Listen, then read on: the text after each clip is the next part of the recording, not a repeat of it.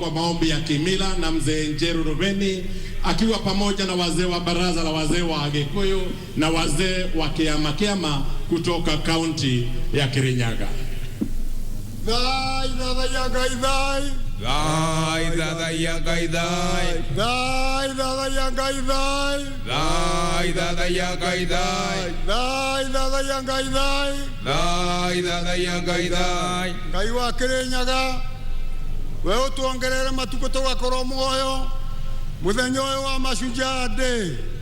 Rathima mũthamaki wa bũrũri ũyũ Uhuru Muigai wa Kenyatta na thirikari yake na arĩa mothe mabetwo wathani bũrũri ũyũ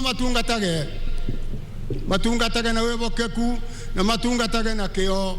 Thai thai ya Ngai thai, thai thai ya Ngai thai. Ngai mwene Nyaga twagũthaitha ũrathime andũ a Kenya arĩa marenda mbura ũtũbe nĩgetha mabiũ maitũ na mĩmera ĩrĩa tũkũbanda ĩbue kũbua nĩgetha ng'aragu tũgĩe na mbũna. Thai thai ya Ngai thai, thai thai ya Ngai thai. Ngai mũmbi watũbere ciana imwe colleges ira ingĩ university ira ingĩ secondary na ira ingĩ primary na ira ingĩ nĩ ironga irathime tondu nicio Kenya ya muthenya ucio ungi.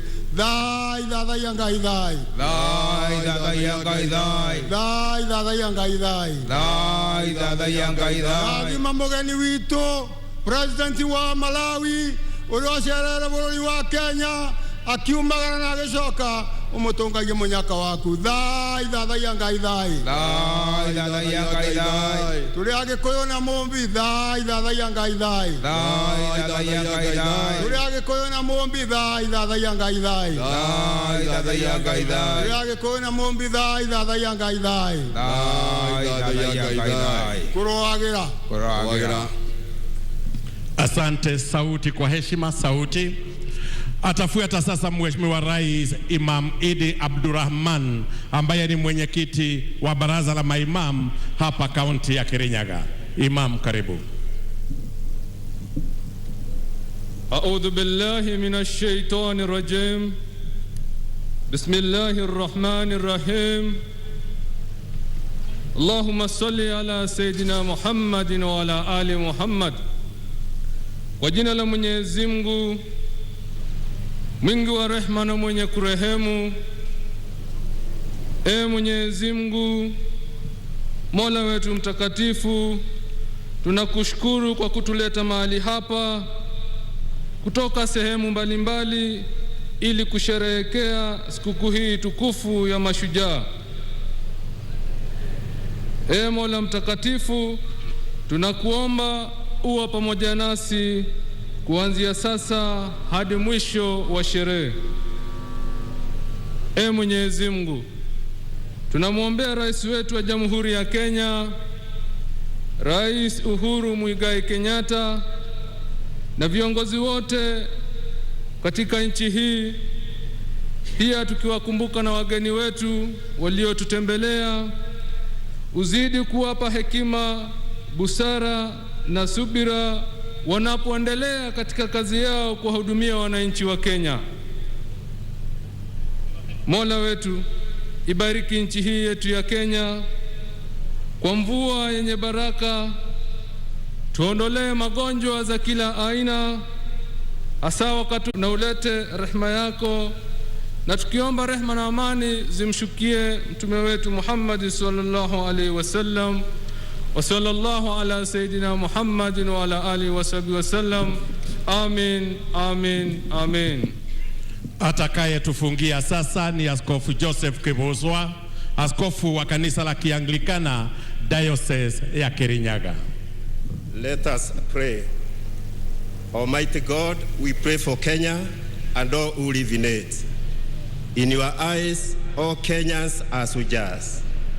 Let unity prevail among the Sujas in this nation.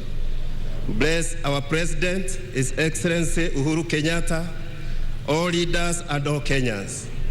We uplift before you, Lord, His Excellency Dr. Lazarus Chakwera and the citizens of the Republic of Malawi.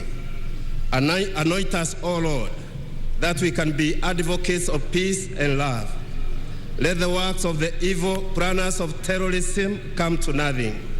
May satanic schemes against our president and the Kenyans be defeated in Jesus' name.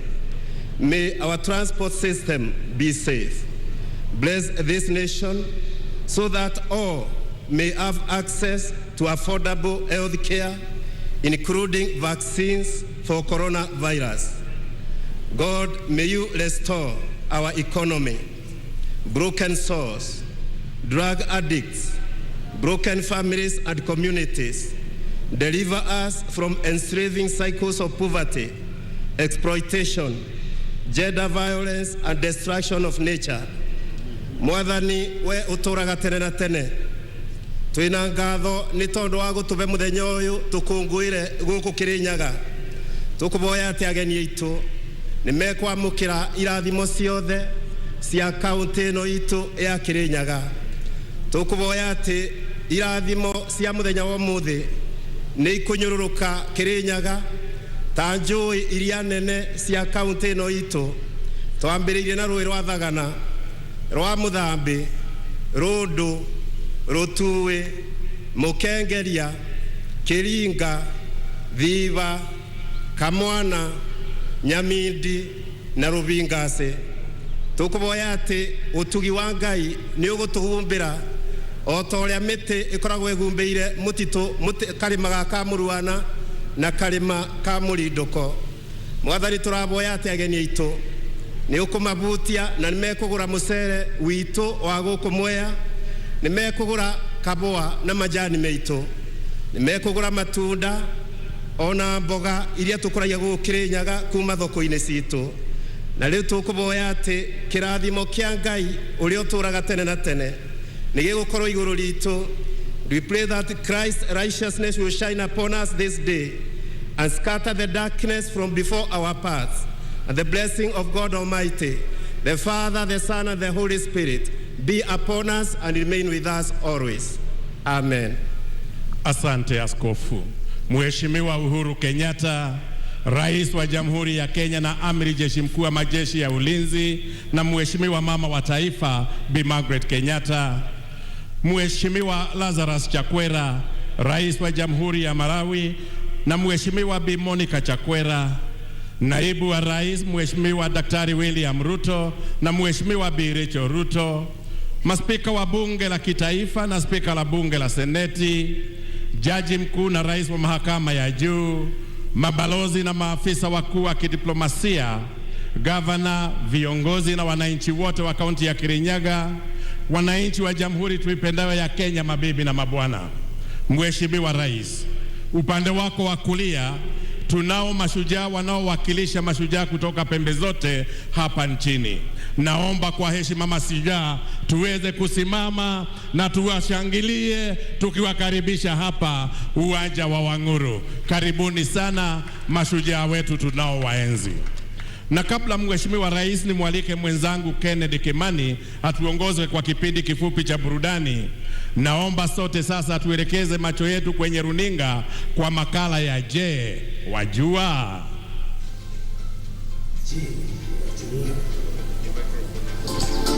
Wajua kuwa Rais Uhuru Kenyatta ametilia maanani suala la kuwapa wananchi vyeti vya kumiliki ardhi. Tangu tunyanyakuliwa uhuru hadi mwaka wa 2013 ni hati milioni 5.6 za kumiliki ardhi zilizokuwa zimetolewa kwa wananchi. Lakini katika miaka 9 ambayo Rais Uhuru Kenyatta amekuwa uongozini, jumla ya hati milioni 5.3 zimetolewa kwa wananchi. Serikali pia sasa imeanzisha mfumo wa kidijitali katika masuala ya ardhi almaarufu Ardhi Sasa, na hivyo basi kurahisisha utoaji huduma kwa wananchi. Juhudi hizi za Rais Kenyatta zinanuia kuhakikisha wananchi wanachangia vilivyo katika ujenzi wa taifa bila wasiwasi ya kupoteza mashamba yao. Je, wajua? Wajua kuwa mradi wa Mwea Irrigation Scheme unazalisha 70% ya mchele nchini Kenya? Mradi huu unazalisha mchele aina ya basmati almaarufu aromatic pishori metric tani 1114 kila mwaka, ulio na thamani ya shilingi bilioni 9.6. Mradi wa Mwea ni ekari 25,000 na umeunda nafasi nyingi za kazi, kwani takriban wakulima 11,000 wanajishughulisha na kilimo hapa. Ujenzi wa bwawa la Thiba ulioanzishwa na Rais Uhuru Kenyatta utaongezea kilimo katika ekari 10,000 hapa Mwea na kufikisha ekari zitakazozalisha chakula hadi jumla ya 35,000. Ekari hizo 35,000 zitaongezea mavuno ya mchele kutoka metric tani 1,114 za sasa hadi takriban metric tani 200,000 kila mwaka. Sasa wajua. Na mimi hapa pia sasa najua. Mheshimiwa Rais, sasa nitamwalika mwenzangu Kennedy Kimani atuongoze kwenye kipindi cha burudani. Asante. Abai mbona wanjobini ndagucokeria ngatho cia mwanya nikumbe binda riri ndongorie mutaratara uyu wa gucanjamura ageni monde na andu monde ma Kenya. Asanti. Kwa heshima naomba niwakaribishe kwa kipindi kifupi cha burudani ambacho kitahusisha wasanii kutoka kaunti ya Kirinyaga na pia kutoka kaunti zingine jirani ambazo zinatuzingira. Tuko nao wacheza ngoma tamaduni ya Momboko, wasanii wa Mugithi, wasanii wa Kigosho, wasanii wa Benga na wasanii wa nyimbo za Injili. Lakini kabla ya hayo, hii ni sauti ya mwananchi. Sauti ya mwananchi. Wewe shujaa simama. Uru akikuja hapa, sisi tabeba na mkono hivi. Sitaki anyange chini kwa sababu hiyo mtu anapatia sisi maadili mingi. Alikuwa sisi na njaa, lakini wakati Uru alikuja, alipatia sisi shamba. Sisi alitupa hii njaa.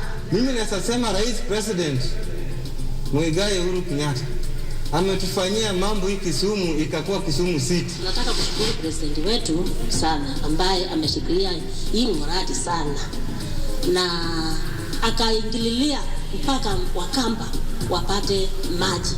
Namshukuru sana. Nakushukuru sana Rais wetu Uhuru Kenyatta, ulipofika hapa Kibuyuni 2019 ukatusaidia kilimo chetu cha mwani. Nashukuru sana Kenyatta.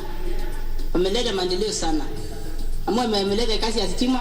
Nimeshukuru sana kabisa. Nimesema asante Uhuru. Yeye bwana ameleta maendeleo. Sisi watu wa Kirinyaga tunasema ni asante sana kwa kuwa umetuundia barabara, umetupea maji, security iko sawa, matibabu na pia umejenga mahospitali. Your Excellency, umefunuliwa mambo hayo na Mungu na tunashukuru sana kwamba utatuongezea. Wacha hii uweze iendelee. Ujumbe wangu kwa Rais Kenyatta ni kwamba pongezi sana kwa kazi nzuri uliyoifanya. Infrastructure ni the most and the best thing to do in the country. Na hivi ulivyotufanyia sasa hatuna la kusema isipokuwa asante sana. Mtu hana macho ndio haoni, lakini rais ametuletea maendeleo. Hapa hatungekuwa tunafikiria siku moja tutaona sukari. Wewe rais wetu, ninakushukuru kwa ajili ya kukumbuka ukulima wa maziwa. Kwa hivyo ashole wa rais lang nigitamaya nenkai. Na sasa tupate burudani. PPMC Production.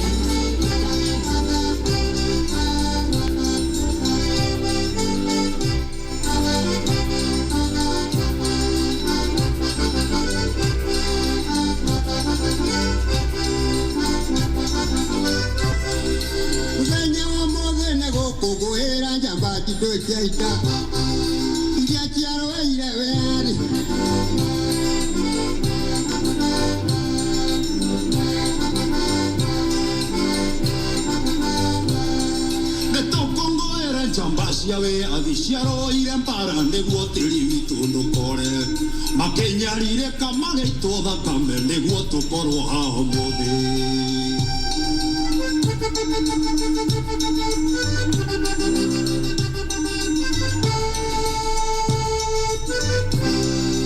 kumagiteo nituikaranagie na thayo nondu maruaga neguo tuikarage na thayo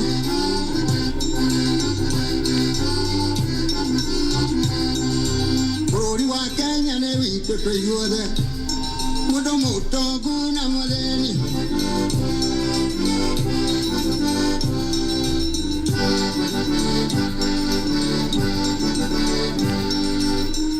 tere tokore na tokanywa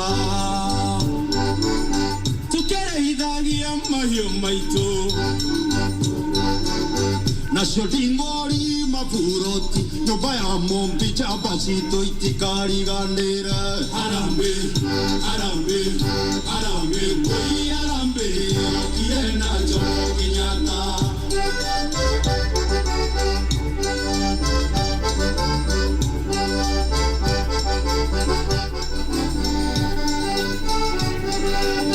waigokea ande mashuja tetokea nara mudenyoyo twenawe athio na thayo muthenya munene na twinuka tuinuke thayo waigokea ande mashuja tetokea nara mudenyoyo twenawe athio na thayo muthenya munene na twinuka tuinuke thayo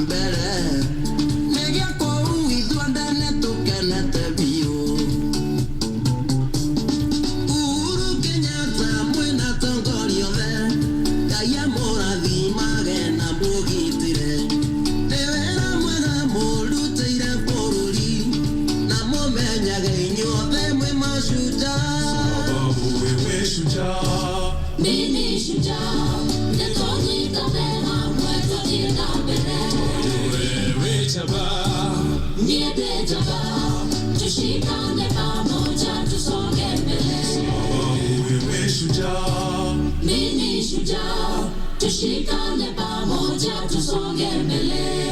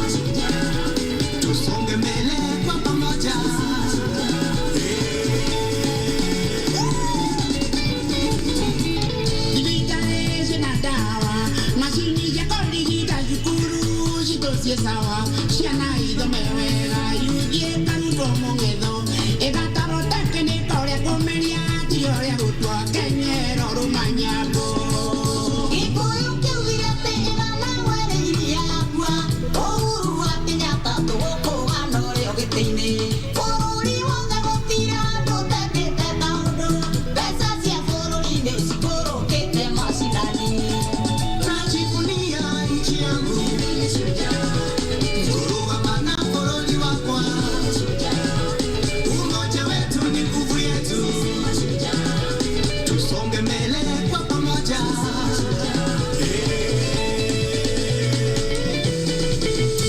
mwini wajukianĩigire atejukianĩaithiro na moko-ino aithiro tũngĩkĩmenanĩrake maendereo tĩnamo nĩaciaria itũmagũrire magĩtũathĩra ithegĩ nĩmoigagĩrwo rũke ũyũ nĩ mũthenya mũnene mũthenya wa njorua cia bũrũri wa Kenya pamoja tusonge mbele ngoja rugama itũtũ mbothe njorua cia rwĩmbo nĩciokire sisi wa Kenya pamoja tusonge mbele alige mĩciĩ na kũbũrũri wĩra nĩ mũrute sisi wa Kenya pamoja tusonge mbele maendeleo nĩtuonete thayũ hamwe na huruma sisi wa Kenya pamoja tusonge mbele najivunia nchi yangu kuruama na bũrũri wakwa umoja wetu ni nguvu yetu tusonge mbele kwa pamoja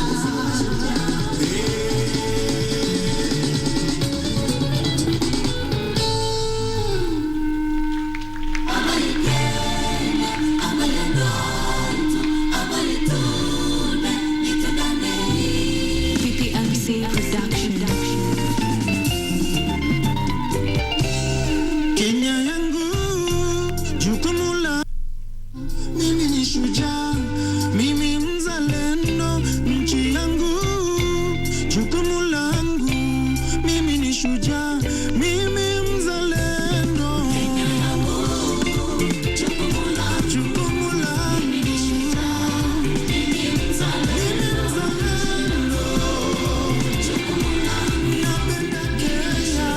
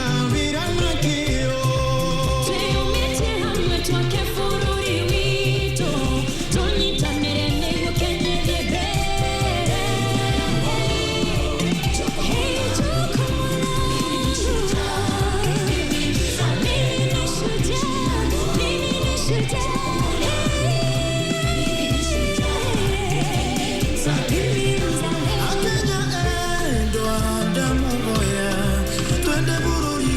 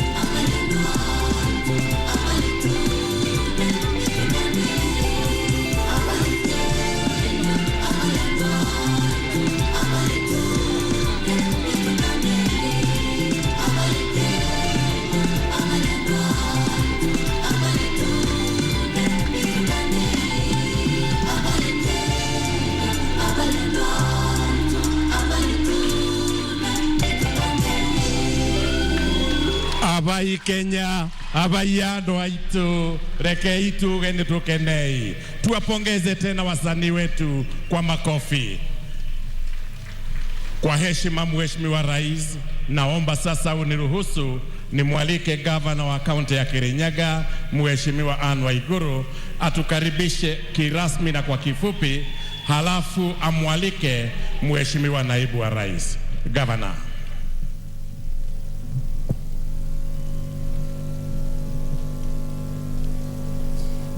Your Excellency, the President of the Republic of Kenya, Commander-in-Chief of the Defense Forces, Uhuru Muigai Kenyatta, and Her Excellency, the First Lady, Her Excellency Margaret Kenyatta.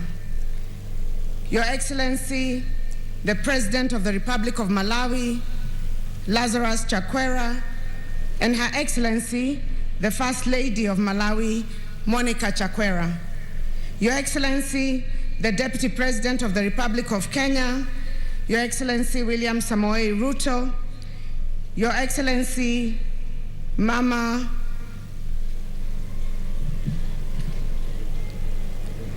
Rachel, Kirinyaga County, on this auspicious Mashujaa Day. I know some of you may have been to our county before. Some are visiting us for the very first time.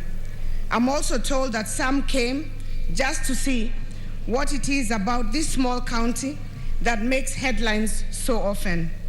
Whichever the case may be, I'm sure by now you have experienced the warmth and love of Kirinyaga people. Today we get to celebrate Kenya's Shujaas, the men and women without whom Kenya we love would not exist. We meet to celebrate those who make it possible for us to know peace and experience unity. We meet to celebrate the millions of ordinary Kenyans whose labor continues to build this nation's economy. We meet to celebrate our mothers and the unsung heroes who take care of their families through thick and thin. We meet to celebrate the youth, our Jeshi, on whose back much of this country is carried. We celebrate our healthcare workers and our security services for keeping us healthy and safe. We celebrate the myriad essential service providers, including the media, who have kept watch during the trying months of the COVID-19 pandemic. And of course, we celebrate our artists for their amazing show today. All around us are Shujaas who deserve to be honored and recognized, and to each one we say, Asanteni sana. Your Excellency, allow me to share with you and the nation a brief snapshot of what the Shujaas of Kirinyaga have been able to do in the last 4 years since we were elected towards the achievement of the Big Four agenda. In order to attain food security and nutrition goal, we have been supporting our farmers to increase productivity through diversification of agricultural activities. So far, we have supported more than 500 farmers groups and close to 50,000 households to undertake various projects under our Wezesha Economic Empowerment Program. Each of the supported households are able to make an extra 1,000 per day under various value chains, which include production of 1 million eggs a month under poultry keeping, tomato, avocado, dairy and fish farming, beekeeping, as well as pig rearing. We have managed to increase the annual production of rice from 60,000 tons in 2017 to the current 113,000 tons. Under universal healthcare, towards the achievement, we have undertaken massive infrastructure and service delivery reforms in our health facilities. Our medical complex, which you'll be able to see shortly in Kerugoya town, and which in due time we shall be inviting you to open, is just about to be completed. The 342-bed capacity, 5-story complex will elevate the Kerugoya Level 4 hospital to a Level 5 facility, offering the specialized medical services for which residents are currently referred to other hospitals. The ultra-modern hospital, which has an ICU, HDU, an oncology center, and a burns unit, among others, state-of-the-art amenities, will be the first one in the region to match the standards of some of the country's most reputable private hospitals. We are also upgrading Kimbimbi, and Kirinyaga hospitals from level 3 to level 4. This is in addition to the 19 dispensaries we are completing and equipping in order to boost provision of primary health care at the grassroots. Your Excellency, we are celebrating this day at a time where our country and the whole world is grappling with COVID-19 pandemic. We are grateful to you for the support you have received from your government towards acceleration of mass vaccination among our residents. Through your help, we have so far vaccinated over 105,000 people against COVID-19 in Kirinyaga County. Your Excellency, in order to provide a conducive environment for our traders, most who deal in fresh produce, we have so far constructed 15 modern markets in various towns. We have also constructed about 25,000 square meters of cabro car parks and pavements in our major towns, and we are currently undertaking 30,000 square meters of cabro paving in Wang'Uru town. Kirinyaga County produces around 62,000 tons of tomatoes each year, a lot of which goes to waste. We're in the final stages of getting a clearance for a tomato processing plant. We are also constructing an avocado pack house and supplying our dairy farmers with milk processing equipment. Towards manufacturing, we recently repossessed 254 acres which had been illegally acquired. This land is strategically located in Sagana in close proximity to the railway line and Keno-Marua Highway. We have just completed the plans and designs to establish an industrial park on the land. Through collaboration between our county government and the Ministry of Transport, Infrastructure, Housing and Urban Development and Public Works in your government, plans to construct about 100 affordable housing units in Kerugoya town are at an advanced stage. Your Excellency, allow me to appreciate the tremendous work you have done in our county and the region, and indeed the whole country, when it comes to development. The impact will not only be felt by the current generation, but the legacy will live on for generations to come. I recall when you visited Moya last year, Your Excellency, this stadium was just a muddy field, and that required us to wear gumboots in order to walk in. True to your promise that day, the transformation that the stadium has undergone is magnanimous, to say the least.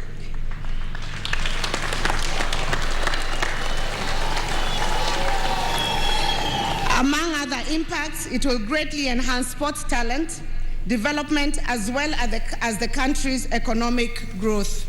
In conclusion, Your Excellency, we most humbly welcome you to tour our county, should your busy schedule allow. We invite you to witness a people in whom you have invested renewed hope, whose spirits and recognition of your love for them is palpable. Kirinyaga is your home. We treasure your leadership.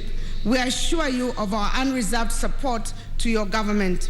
On behalf of Kirinyaga residents, I also invite all our guests to sample some of our rich heritage and the hospitality of the Kirinyaga people. As you visit, we invite you to see our famed Moya rice fields, which are not only breathtaking, but produce the best aromatic Bishori rice in the globe. Besides the Bishori rice, we also produce some of the best world-rated tea and coffee. And as a way of promoting our farmers, I invite you to buy a kilo or two of these products before leaving the county.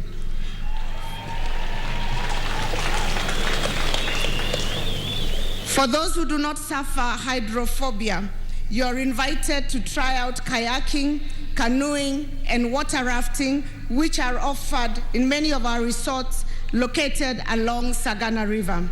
The river is recognized for hosting national and international water sports, and I'm sure you'll get an experience of a lifetime. For those who do not love water sporting, exploring other adventures such as zip lining, canopy walking, and archery will be just as good. I would like to once again thank you all on behalf of Kirinyaga people for bestowing upon us the privilege of hosting this auspicious occasion. God bless you, God bless Kirinyaga, and God bless Kenya.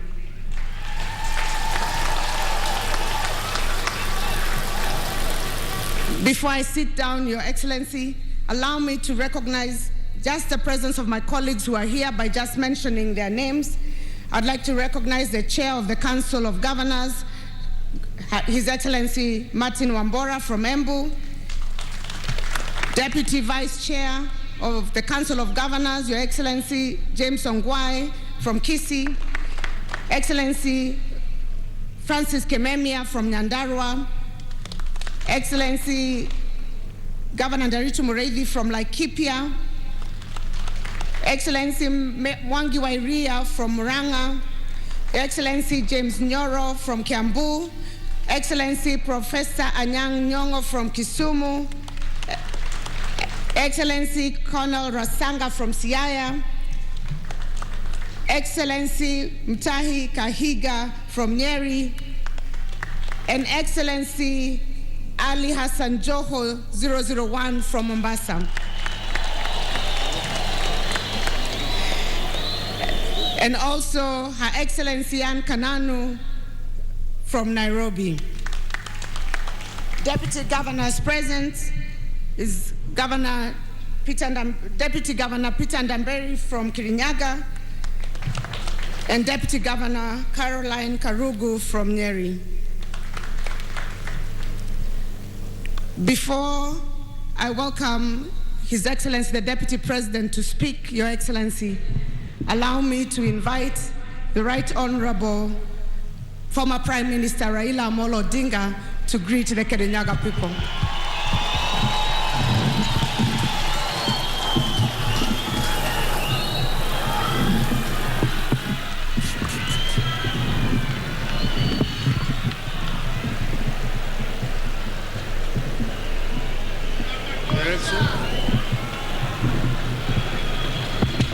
Your Excellency Uhuru Muigai Kenyatta, President of the Republic of Kenya, Your Excellency Mama Margaret Kenyatta, Your Excellency President Lazarus Chakwera, President of the Republic of Malawi, Your Excellency the Deputy President, all distinguished guests, ladies and gentlemen, Muriega Andua Kirinyaga Avai. Your Excellency, we have here some other leaders from the opposition. We have here Honorable Musalia Mudavadi, the party leader of ANC, Honorable Gideon Moi, Senator, the leader of KANU, Honorable Moses Wetangula for Kenya. I would like to have my brother Musalia Mudavadi to just say jambo. Karibu.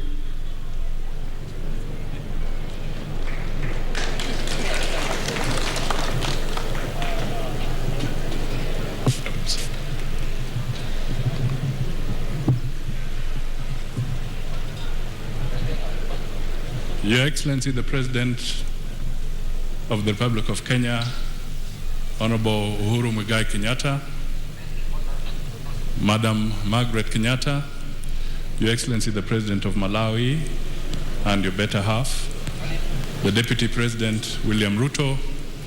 Your Excellency, allow me to dispense with other protocols because there are quite a host of senior people in this gathering. Andwa Kirinyaga Muriega, Ohoro Wanyu. Thank you, Your Excellency. For me, I just want to say that this is an auspicious occasion when we recognize and honor those who have contributed in various capacities to the being and well-being of our country. And they deserve the respect and accolades that this day brings for them and for the Kenyan people. I also want to take this opportunity to acknowledge that there is tremendous development in our country, and it would be important that this foundation is built on for the future as we move forward. I also want to call on peace and tolerance during this particular period so that we can work together as a nation and as a people, respecting the boundaries that the Constitution provides so that we respect everybody in our country. That is how cohesion will be built, and that is how Kenya will be built. Lastly, let me also convey an apology from Honorable Kalonzo Musyoka, who is out of the country and he would have liked to be here with us. But I know in spirit he's perhaps even watching what is going on here. I will end there and say, let us build Kenya, tuweke Kenya mbele, Kenya iwe kwanza. Asanteni sana na Mungu awabariki.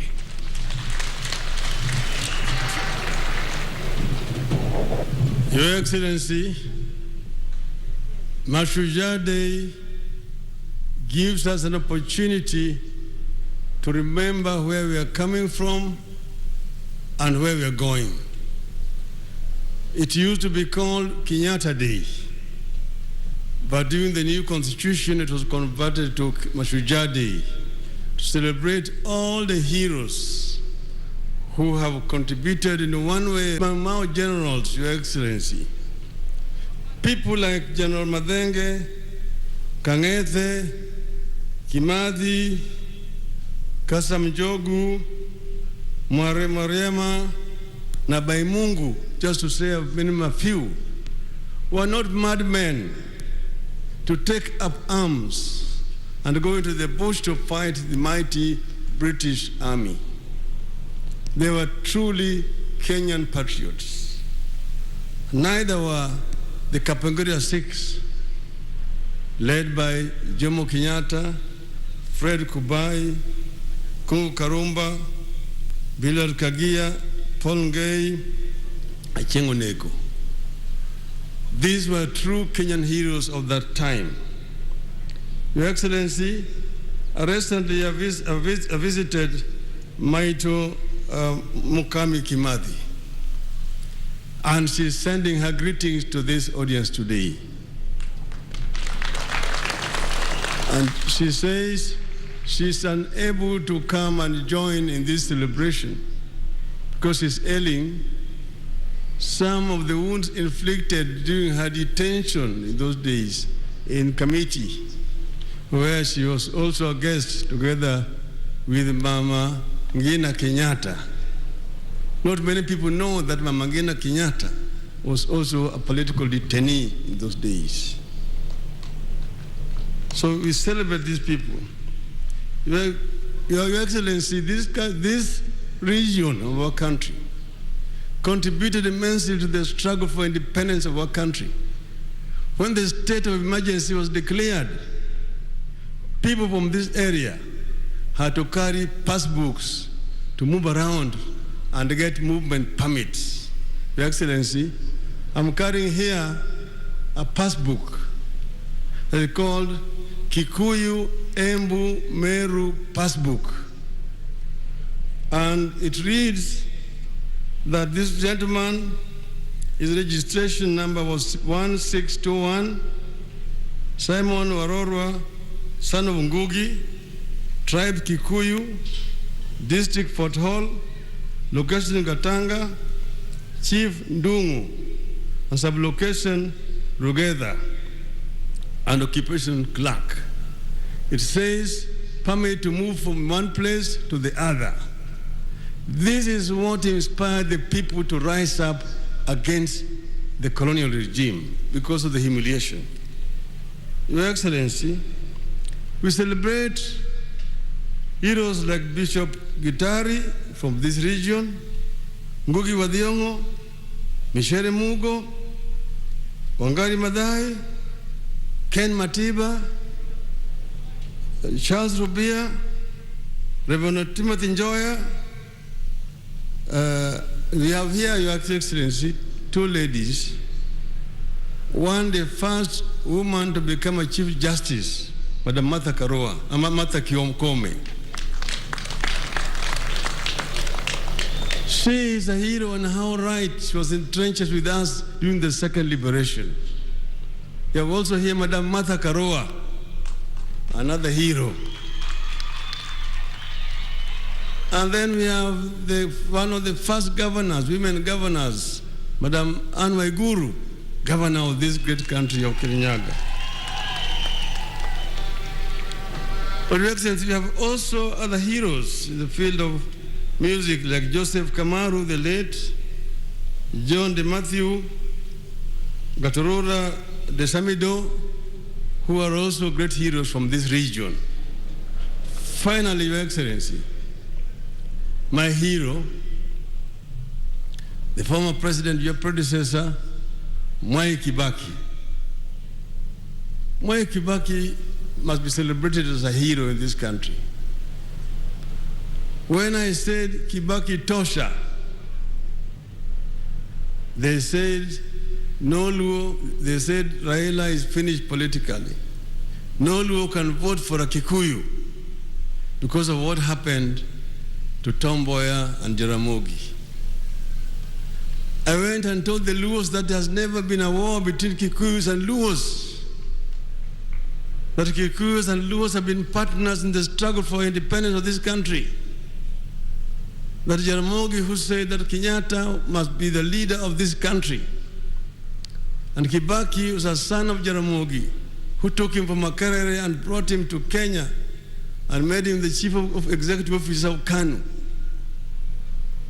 Your Excellency, the Luos voted to make Kibaki 98.5%,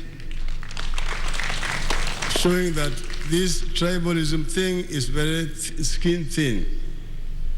But then, Your Excellency, Honorable Kibaki got an accident and could not campaign.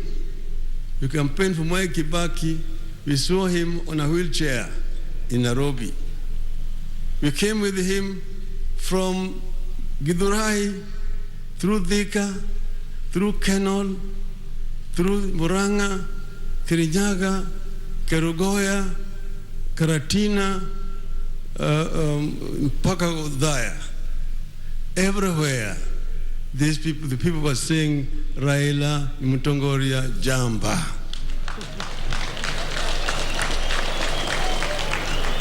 So Raila Odinga is a friend of the mountain and has been able to climb the mountain. I thank you.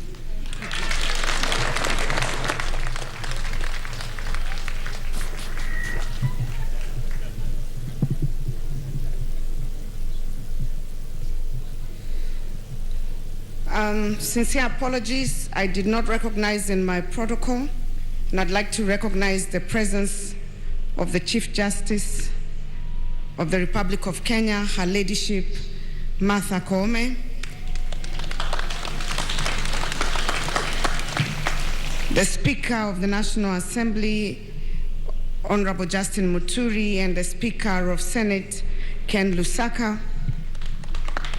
Allow me to also recognize County Assembly members from Kirinyaga County who are present, and the County Executive of Kirinyaga. It is now my singular duty and honor to invite His Excellency, the Deputy President of the Republic of Kenya, Your Excellency, Honorable William Samoei Ruto, to speak and invite the President.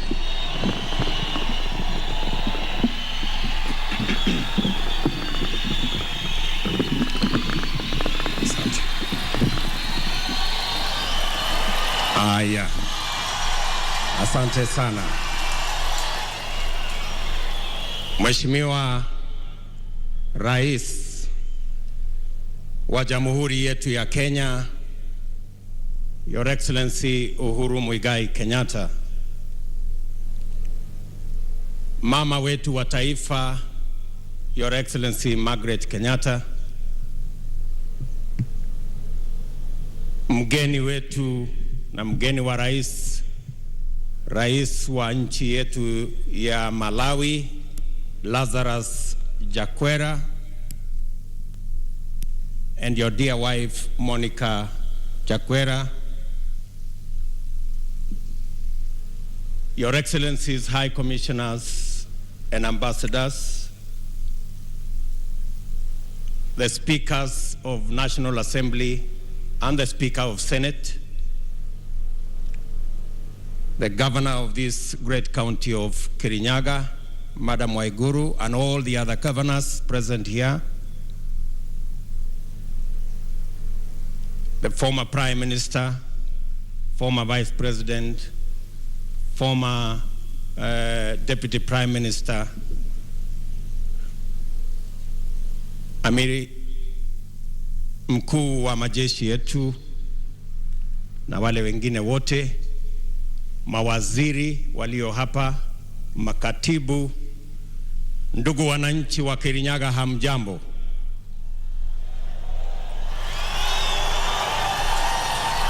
Kirinyaga moriega,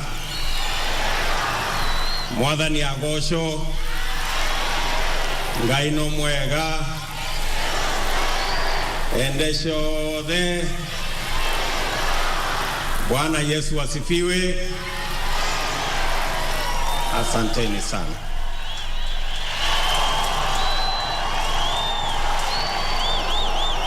Your Excellency, I want to take this very opportunity to thank you for making the decision that national celebrations will not only be held in Nairobi, but it will be held in our counties. And thank the people of Kirinyaga for this beautiful ceremony. They have hosted you in this Kirinyaga Stadium. We came here, Your Excellency, you remember, 4 years ago, and this place was very muddy. Today, we have a world-class stadium because of your commitment to the development of our country. This Mashujaa Day, we celebrate the many people who worked so hard, paid a huge price for us to be the nation that we are today. We celebrate them for their selfless sacrifice that today makes us a nation. Your Excellency, we celebrate the heroes of now, our men and women in uniform, who keep our borders, our families, and our children safe. We celebrate our farmers who wake up early and sleep late to make sure that we have a meal on our tables. We celebrate every Kenyan who wakes up early, get to work, pay their taxes so that Kenya can continue to be a sovereign nation. Your Excellency, we celebrate you as our leader.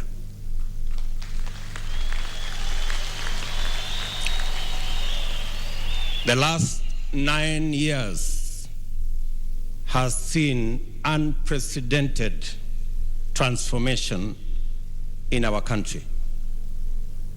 From the SGR to the almost 11,000 kilometers of new tarmac in Kenya, to the almost 8 million people connected to electricity, to all the transformation in our education sector.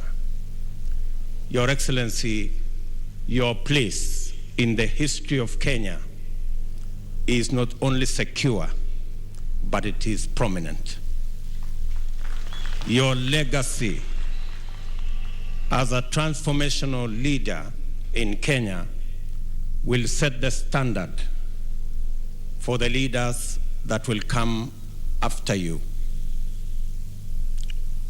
Your Excellency, I want to give you our assurance. Myself and my competitors here that we will build on the legacy that you have set, and we will ensure that nothing that you will leave behind is left incomplete. We will build on it and make sure that Kenya goes to the next level. Your Excellency, I assure you that as your deputy for the last 9 years, God willing, I will make sure that your legacy and the agenda you have set of the unity of this nation and the transformation of our nation under the Big Four plan, together with a bottom-up approach, will take this country to greater heights. Your Excellency, this is a very important day for us as a nation, and you have set the standard for us. We will work together as a people in a peaceful manner, respecting everybody's right, being tolerant and peaceful, because we do not have another nation. This is the only Kenya we have, and it is our duty to protect it. With those many remarks, Your Excellency, sir, it's now my very humble duty to request you, Mr. President, to make your remarks and lead the nation on this Mashujaa Day. Sote tusimame, tumkaribishe Rais wa Jamhuri ya Kenya aweze kutuongoza kwa ghafla hii. Mheshimiwa Rais. Asante sana. Na tuketi. Kirinyaga hamjambo.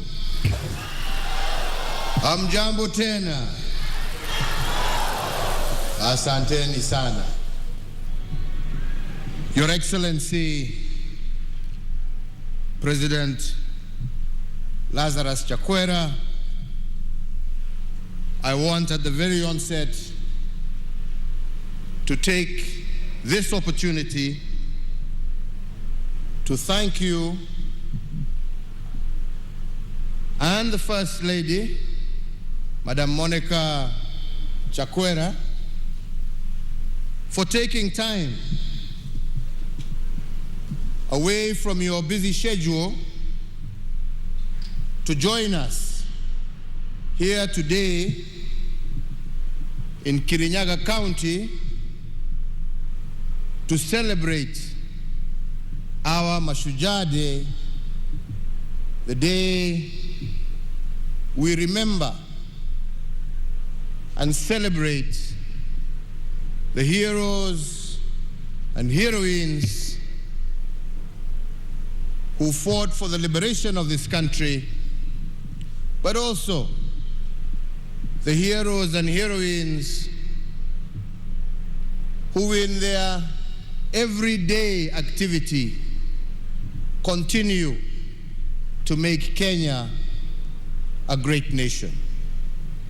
So, Your Excellency, once again, thank you for accepting our invitation. And at this juncture, ningewauliza sisi wote tusimame, tumkaribishe mgeni wetu, Rais wa Jamhuri ya Malawi, aweze pia kunena nasi na kulete salamu zake kutoka wananchi wa Malawi. Welcome, Your Excellency.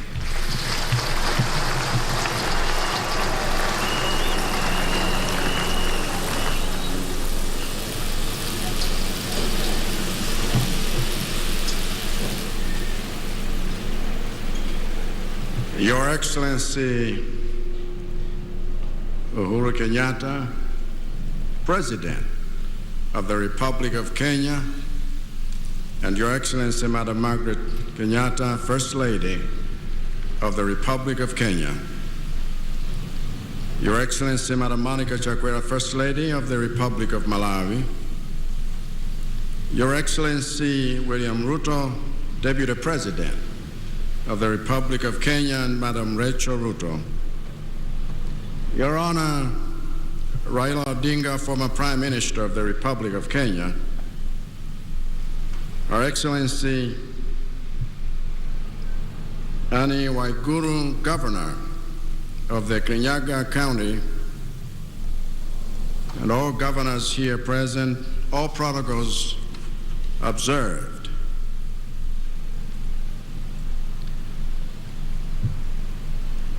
Ladies and gentlemen,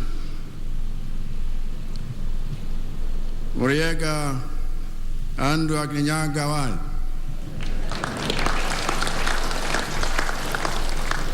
Habari zenu mwenzangu, saseni ni aje?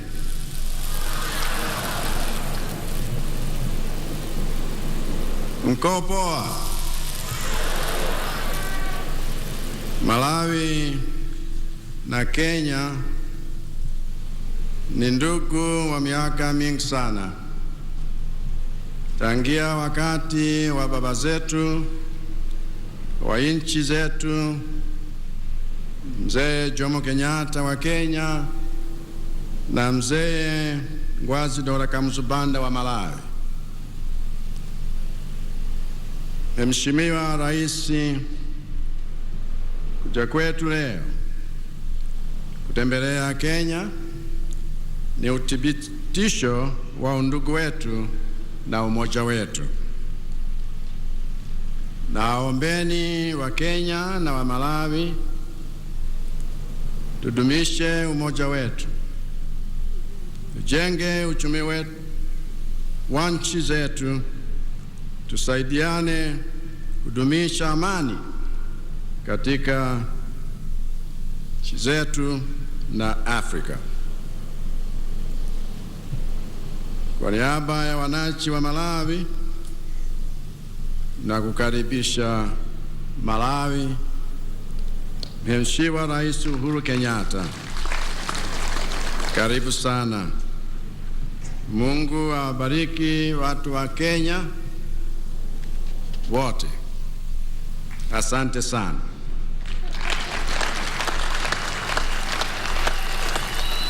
Your Excellency, this Mashujaa Day, I am honored to join you in celebrating those who fought for Kenya's freedom and continue to fight for Kenya's transformation at various levels. Today, Kenya's joy is Malawi's joy. For us, the struggle for independence in Kenya and Malawi is one of the things that binds us together. The struggle for independence in Kenya and Malawi was led by patriots who sacrificed their freedoms to safeguard ours. The struggle for independence in Kenya and Malawi was a fight against the same foreign oppressor. The struggle for independence in Kenya and Malawi was a battle fought in the same decade. It is therefore no accident that after the founding father of Malawi became its prime minister in February of 1963, the founding father of Kenya became its prime minister less than 6 months later. It is no accident that after Kenya gained her independence in December 1963, Malawi gained her independence less than 7 months later. It is no accident that within less than 5 years of Kenya and Malawi gaining their independence, the founding father of Kenya hosted the founding father of Malawi, here in Kenya in a joyous October like this one today. Even today, it is no accident that when my government was deciding which road in Malawi's capital to upgrade to a multi-lane highway, before any other, the obvious choice was the Kenyatta Drive that connects Malawi's House of Parliament to Malawi's largest hospital. Indeed, it is no accident that the city of Mzuzu in the north of Malawi, the city of Lilongwe in the center of Malawi, and the city of Blantyre in the south of Malawi all have at least one road named after Kenyatta. All this is because the founders of my nation wanted to make it clear for generations to come that those celebrated as heroes in Kenya's struggle for independence are celebrated as heroes in Malawi. And Mzee Jomo Kenyatta epitomizes all such heroes, and many that I am learning even today. The bottom line is this: whatever path you take to trace the history of independence in Kenya and Malawi, one fact is clear and indisputable. The struggle for independence in Kenya and Malawi did not just take place simultaneously, it also took place symbiotically. So by celebrating this day together, we renew our brotherhood in the struggles we face and share. By celebrating this day together, we rekindle the flames of love and friendship between our peoples. By celebrating this day together, we reignite the solidarity our nation's founders established between us. And by celebrating this day together, we rejoice in the freedoms that light our path into the future. And as I stand here with you all, I see that future. The future I see for our two nations is one of shared exchanges from shared hospitality. The future I see for our two nations is one of shared prosperity from our shared opportunities. The future I see for our two nations is one of shared victories from shared struggles. The future I see for our two nations is one of shared celebrations of shared heroes past, heroes present, and heroes future. It is we, Kenyans and Malawians, who must fight for that future. It is we, Kenyans and Malawians, who must pursue that future. So let us create that future, a future of peace, a future of transformation, a future of genuine love amongst ourselves, because Africans, this is the future we desire. Let us build that future. Let us birth it, if we please. Let us become that future. And God bless Kenya and God bless Malawi. Asanteni sana mabibi na mabwana. Nashukuru sana. Your Excellency.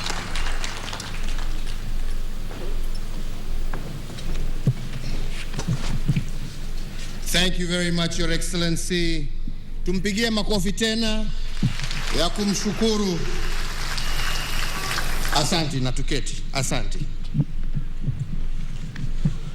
Your Excellency, President Lazarus Chakwera, President of the Republic of Malawi, Your Excellency, Monica Chakwera, First Lady of the Republic of Malawi, let me once again thank you, Your Excellency, for taking time, accepting our invitation, and joining us on this Mashujaa Day. And through you, Your Excellency, the Governor of Kirinyaga, let me also thank, through you, the people of Kirinyaga for your hospitality and indeed the warm welcome that we have received to this beautiful county at the footsteps of Mount Kenya. This is the 10th time that we are celebrating our nationhood, identity, and diversity away from our capital city of Nairobi. We have previously marked national days in other countries. We have been to Kisumu, Kisii, Nakuru, Kakamega, Narok, Nyeri, bringing our nation closer to her destiny of being a better, more just, more equitable, and more prosperous nation for all. At independence, the makers of our nation sought to secure a nation devoid of exclusion, disunity, and oppression.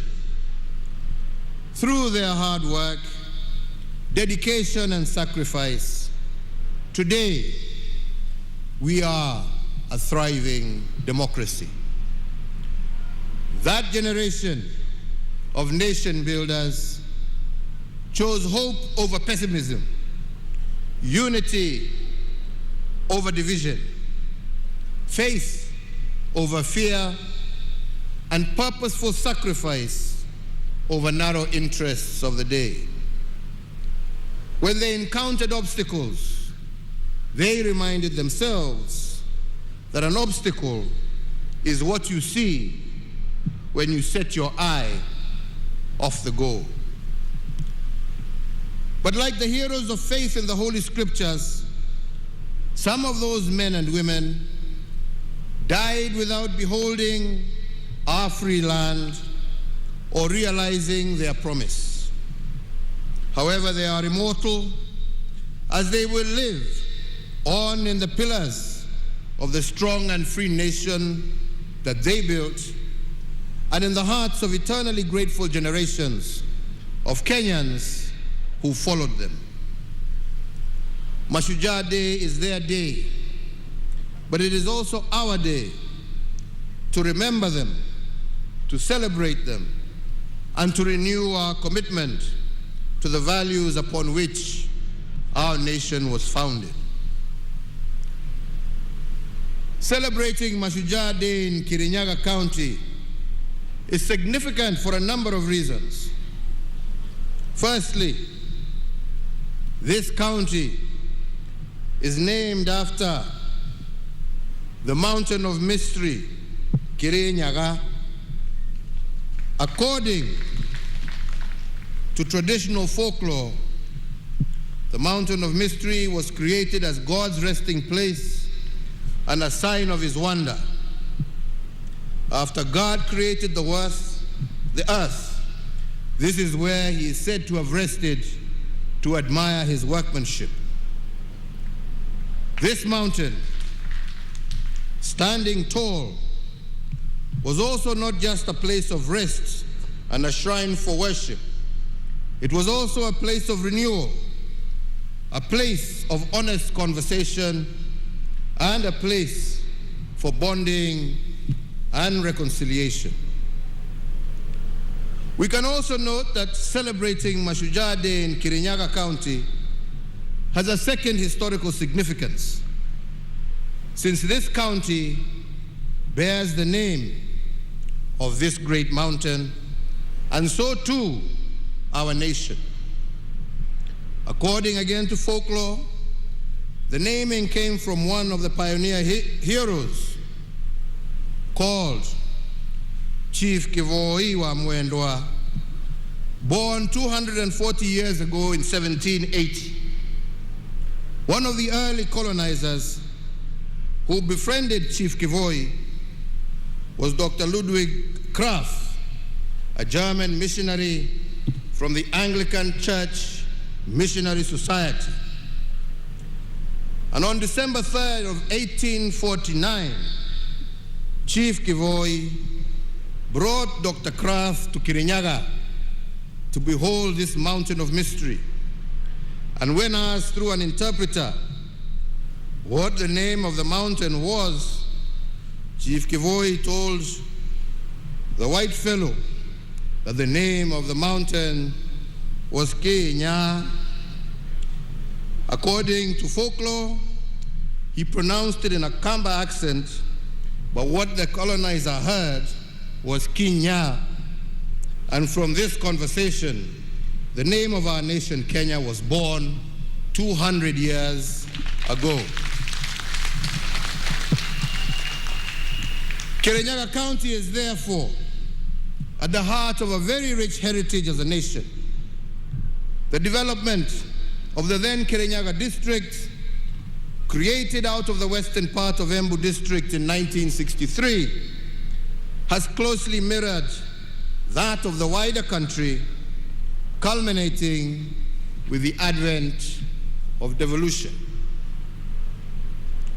The 20th of October is a significant date in our history because in 1952, this was the day that a state of emergency was declared on our land by the colonizers, and hundreds of our founding fathers were arrested.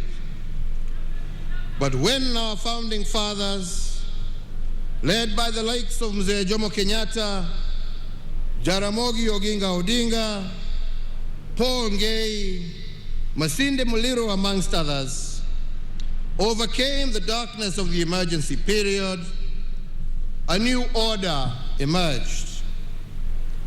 They had a 3-point agenda that resonates to date. They declared war on ignorance, poverty, and disease. And today that war is still on. It is a war we have inherited, and a war that shall also bestow on future generations.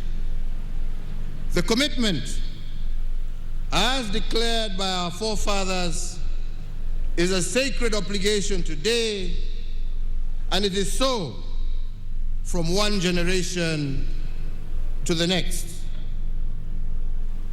Mzee Jomo Kenyatta, representing the founding fathers, had this to say on the task at hand.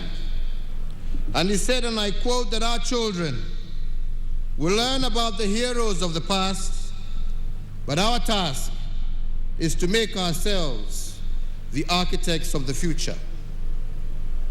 This is a challenge he posed not only to his generation, but to all Kenyan generations to come.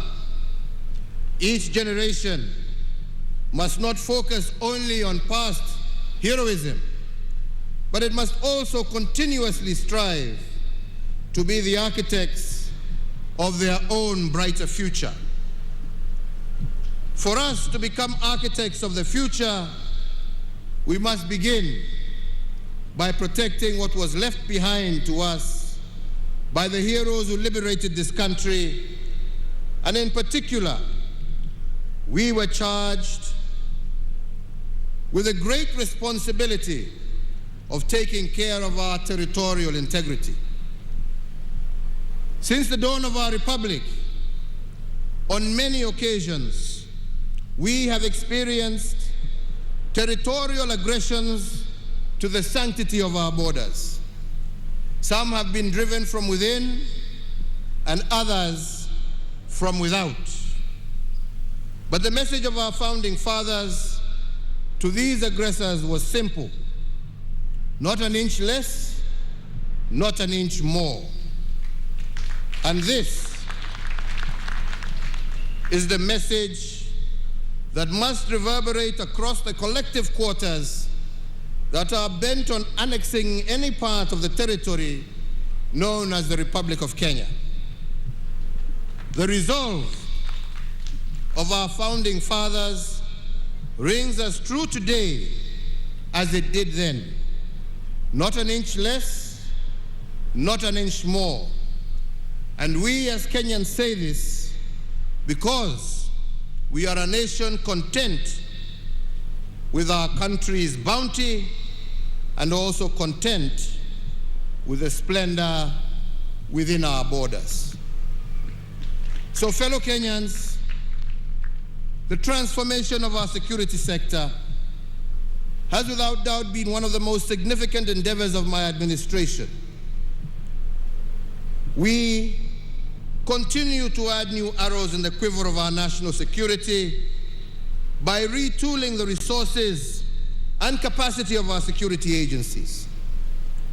This visible transformation of our security organs has been done in honor of their national duty of defending our sovereignty, maintaining our territorial integrity, securing our borders, and preserving our cherished freedoms and our way of life. As an affirmation of this, today, Kenya's police to population ratio is at its highest level in our history and is higher than the UN prescribed standard. Similarly, in the last 8 years, we have undertaken the most consequential and expansive modernization of our military in our nation's history. We continue to tool and to retool our security resources to the highest standards in order to keep our people safe and secure and to preserve our territorial integrity in a just, fair, democratic, and safe country for all. But aside to this, we have also invested in the welfare of those charged with our security personnel, which include a review of their remuneration, benefits, and other allowances, upgrading of housing, provision of insurance, and increasing the capacity of the health facilities used by our security personnel. In addition to what we have already done, we are also building an additional 4 hospitals to cater for them and their dependents in recognition of the heavy toll placed on them and their families. Fellow Kenyans, ladies and gentlemen, now I must return to the subject of being architects of the future. When our founding fathers charged us with this task, they told us, what they told us is that the future is not a destination out there waiting for us. It is a destination that we create, block by block. It is like an open book that you write, page by page, moment by moment. But you do not realize it until you are met by unexpected challenges. Challenges like COVID-19. And then all of a sudden, you are placed upon the horns of a dilemma. You can either choose to see obstacles in every opportunity or opportunity in every obstacle. This, fellow Kenyans, is the foundation of any successful nation state. It is about choices. Yet, it is in moments like this that the true character of a nation and a people is revealed. I am proud to say that with the COVID-19 crisis, our state of mind as a government has been one of finding opportunities in every problem occasioned by COVID. Instead of focusing on what is, we have focused on what could be. And this optimism by government, coupled with a basket of stimulus instruments, is what has thrust our economy into rapid recovery, while the global economy, we all know, contracted by an average of 3.6% last year. We managed to grow our economy by 0.3% over the same period, and this year it is projected to grow by 6% despite the ravages of COVID. In recognition of the extraordinary and exceptional nature of the pandemic, the government, as the guarantor for enjoyment of social economic rights, issued targeted responses to the pandemic to cushion Kenyans against the effects of the pandemic. My administration made various policy interventions with a view of putting money in the pockets of Kenyans. This included various tax reliefs, an 8-point stimulus program of some Kenya shillings 56.8 billion, and Kazi Mtaani to cushion our youth from COVID-related unemployment and other vulnerabilities. Today, this economic rebound is also reflected in the strong revenue performance, as at the end of September 2021, with the ordinary revenue of our country having increased by some 26.8%. There are many indicators which demonstrate how we took advantage of the opportunities and the problems presented to us by COVID-19, and we shall be elaborating further during our scheduled State of the Nation address in Parliament. But just to name a few examples, for instance, the management of the Kenya Meat Commission was replaced during the thick fog of COVID-19. The Department of Defense took 1 year to refurbish the commission and reopened it in April of this year.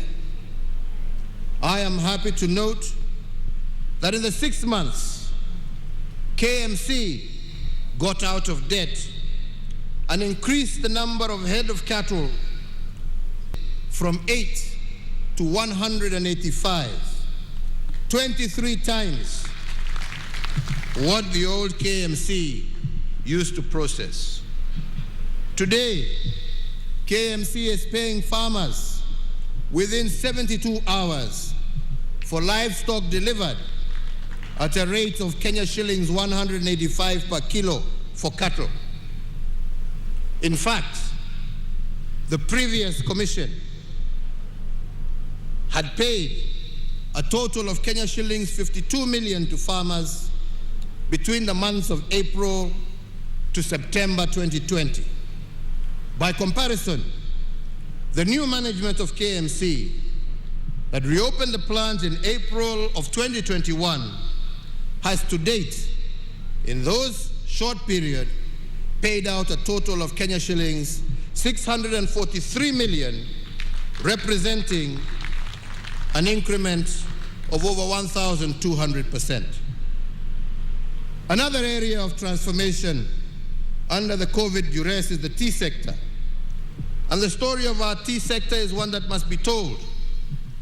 This sector has been the predatory grounds for cartels for many decades. But it has now been liberated, and its performance has started to improve.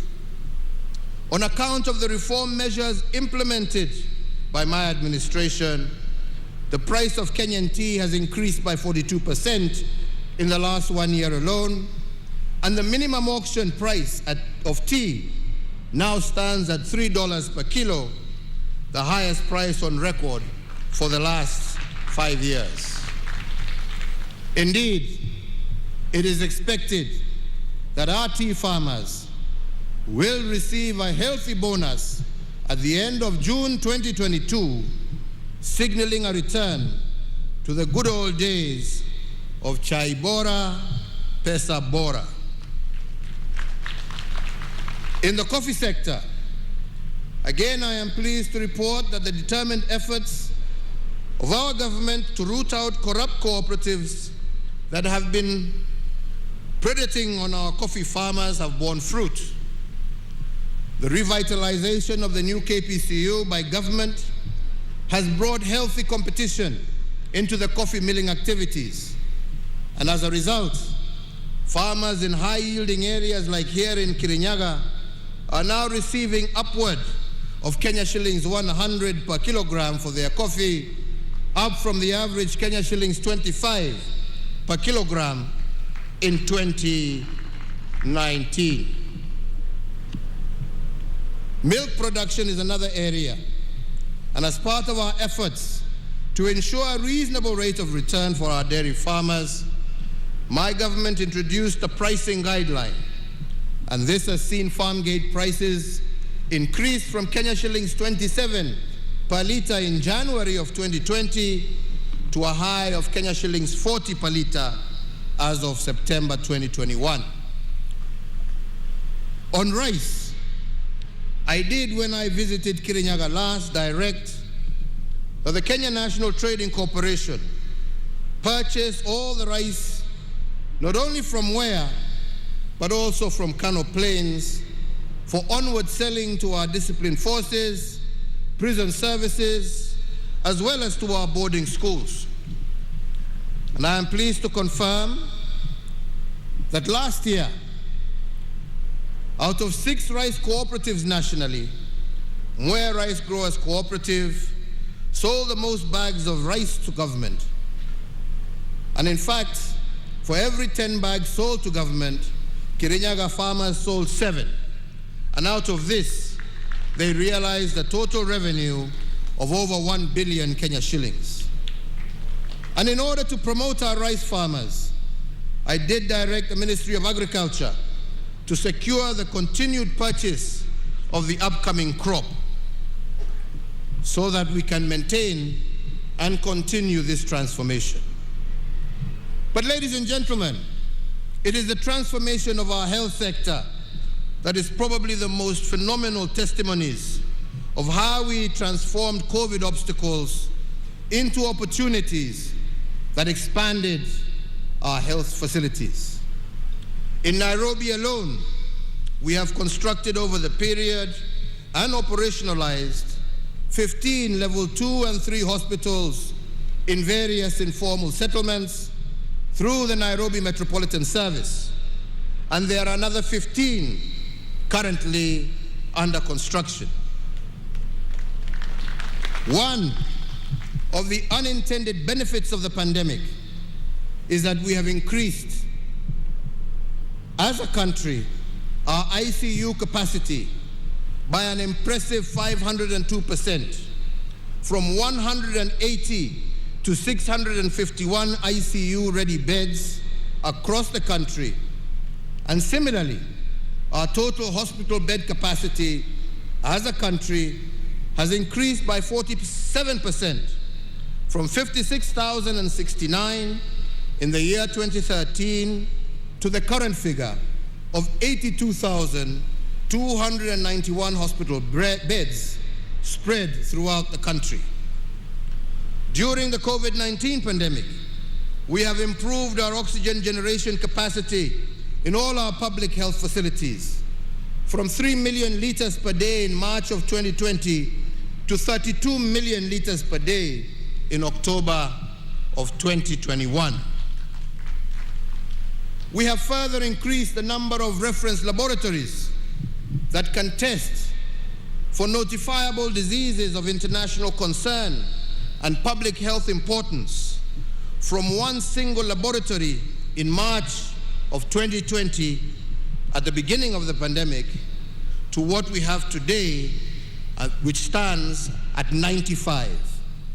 Fellow Kenyans, I just wish to remind you that at the beginning of the pandemic last year, we used to ship our samples for testing in South Africa, and the result turnaround time would be anything up to 5 days onwards.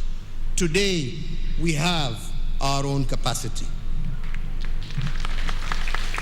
These strategic diagnostic investments have strengthened the country's healthcare system, especially in response to the COVID-19 pandemic, and will propel us faster towards the attainment of universal health coverage and fortify our country's preparedness for future global health security challenges.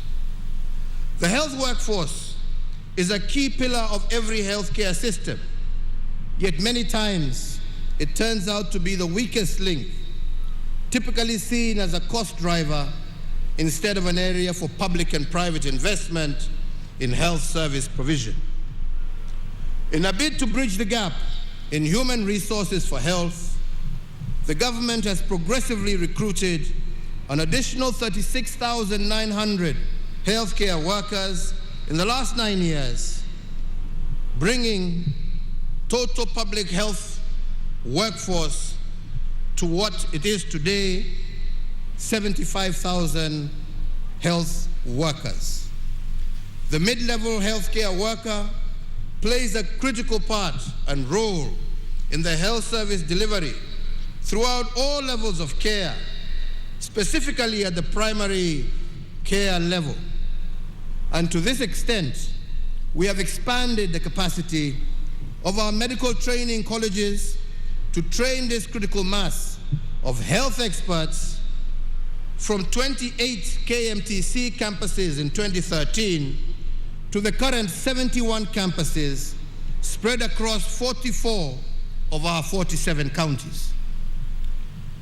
My administration has also put in place a comprehensive nationwide program to upgrade selected hospitals in all the 47 counties through provision of specialized modern state-of-the-art medical, diagnostic, and critical care equipment.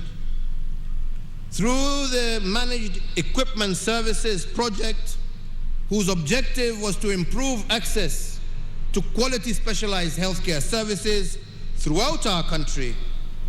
Under this project, we have identified and equipped 115 hospitals with various theater equipment, 101 hospitals with various radiological and imaging equipment, 14 facilities with ICU equipment, and 54 facilities installed and commissioned renal equipment for dialysis. Through this massive investment, 628,000 people have benefited from theater services. 587,000 people have benefited from dialysis out of the 577 dialysis machines installed, and 23,574 people have benefited from ICU services, and over 5.7 million Kenyans have been served using the 22 MRI machines, the 214 X-ray machines, the 83 CT scanners, and the 229 ultrasound equipment that we have installed in various hospitals. All these some investments have so far benefited over 6 million patients and saved our country an equivalent of 131 billion shillings. Ladies and gentlemen, just the other day, I opened the Integrated Molecular Imaging Center at Kenyatta University Hospital. This is not just a first for Kenya, but for our entire sub-region. As a result, many of our citizens suffering from cancer will now have the benefit of early detection, leading to early treatment and cure, thus saving many lives.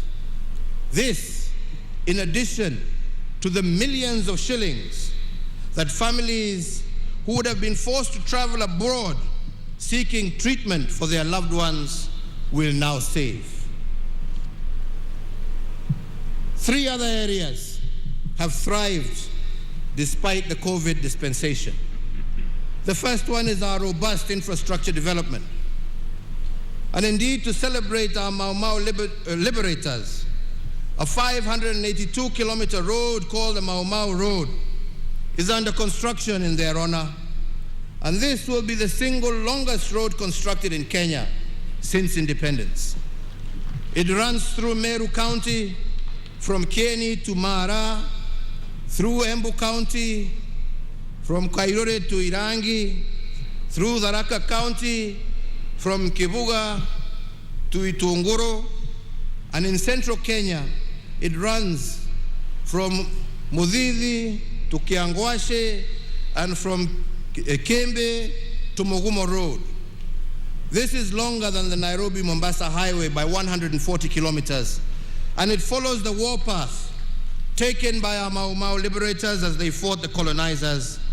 And once complete, travelers on these roads will be able to connect to various parts of the country without necessarily having to pass through Nairobi. Another piece of infrastructure that I believe would make our founding fathers proud is the Nairobi Expressway. This is the largest expressway in Africa, stretching a total of 27 kilometers, running from Mulolongo in Machakos County to Rironi in Kiambu County. And from Rironi, plans are underway for another dual carriage that will soon be launched that shall run all the way to Mau Summit, traversing the Rift Valley.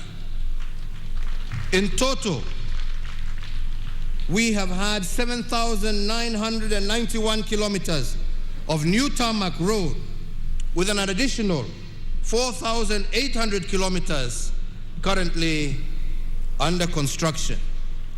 The major flagship road projects include the Isiolo Mandera Road, Garissa Nuno Mudogashi Wajir Road, Lokicha, Lodwa, Lokitang, Nakadok Road, the dueling of the Kenol Sagana Marua Road, the expansion of the Mombasa Mariakani Road, the Garsen Witu Lamu Road, the expansion of Makupa Bridge and approach roads, the expansion of the Athi River Machakos Turnoff Road, the Ahero Kisii Sibania Road, the Kibwezi Mtomo Kitui Road, and the reconstruction of the Kitale Kapenguria Lodwa Nakadok Road to the border with South Sudan, to name but a few. The second area that has also thrived during the last 2 years is the digitization of our economy as a measure of improved governance. In keeping with being architects of their own future, young people drawn from all over the Republic are the driving force behind seminal programs that will revolutionize the way we conduct business in our country.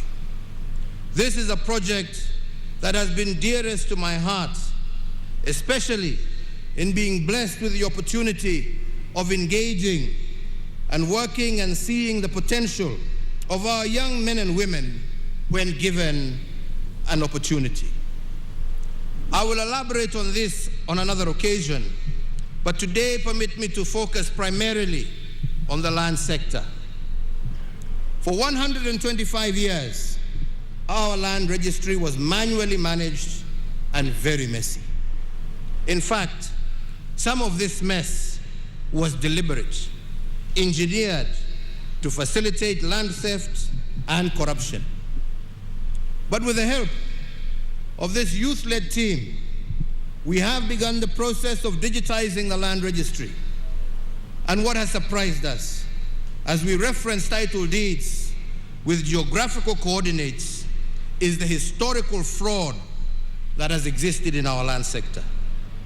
We have found private land titles to roundabouts in major highways, private land titles on airport runways, and all of this because titles were issued without reference to geographical coordinates, or what experts call georeferencing. To stop land fraud, therefore, we are now in the process of cleaning all title deeds to ensure they have a corresponding geographical coordinate, and this will help stamp out the fake title deeds and restore the sanctity of the title deed as envisioned by our founding fathers. The major advantage in digitizing our land registry under the system now known as Ardhi Sasa is that where it took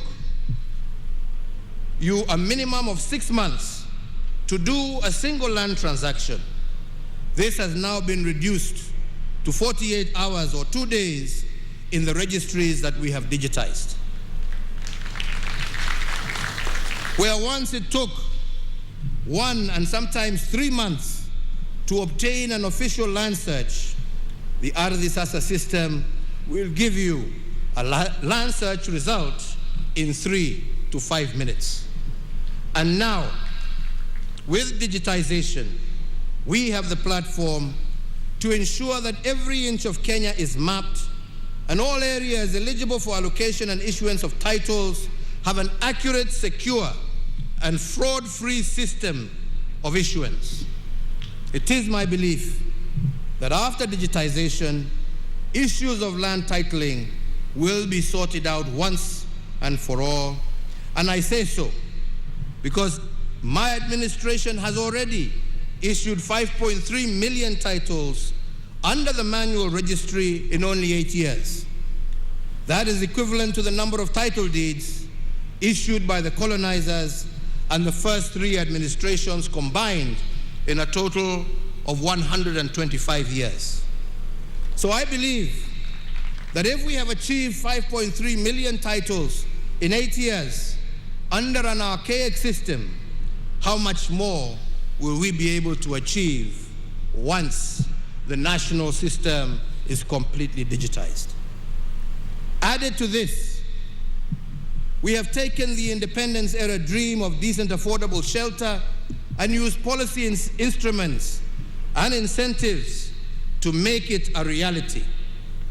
One such intervention is that anyone registered as a pensioner can withdraw up to 40% of their pension and use it to get a housing mortgage.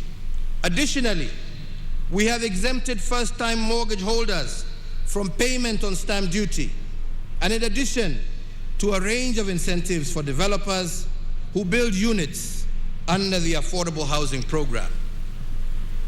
Further, and on digitizing our economy, in April of 2013, during my first few months as president, I directed the National Treasury to conduct a detailed survey of all chargeable government services to ascertain how many of these services were paid through digital means. The survey found that over 1/3 of all payments to government were cash-based, presenting a high opportunity for leakage and abuse of the system. In one case, 60% of revenues were spent on making collections.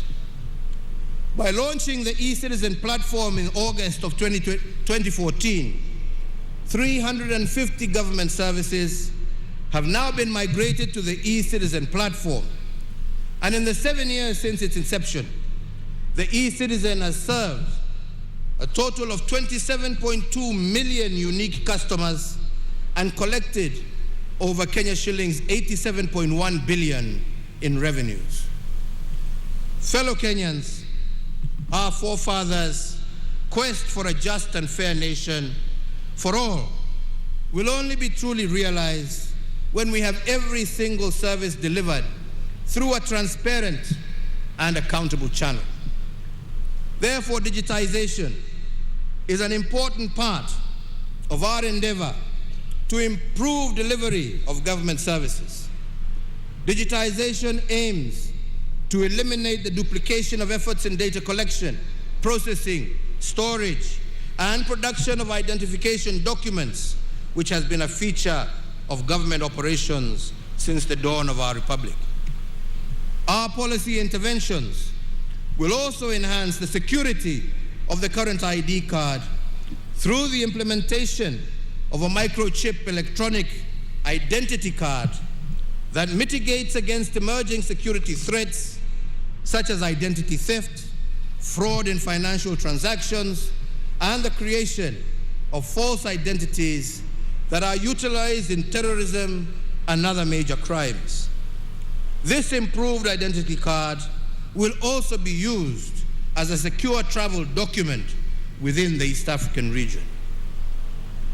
To those of you, my friends, who are used to analog systems in order to facilitate corruption, I tell you that the end is nigh, notwithstanding how many court orders you procure, hii itafika mwisho. To all Kenyans, for us to achieve most of these things under the COVID restrictions, I want to thank you.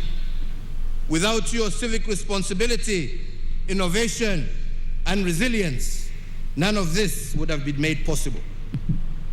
From very early in the COVID crisis, I appeal to you to be your brother's keeper and to exercise restraint as we navigate through this unfamiliar enemy.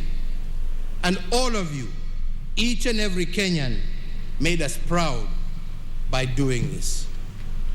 The vision of our forefathers was a nation free of ignorance.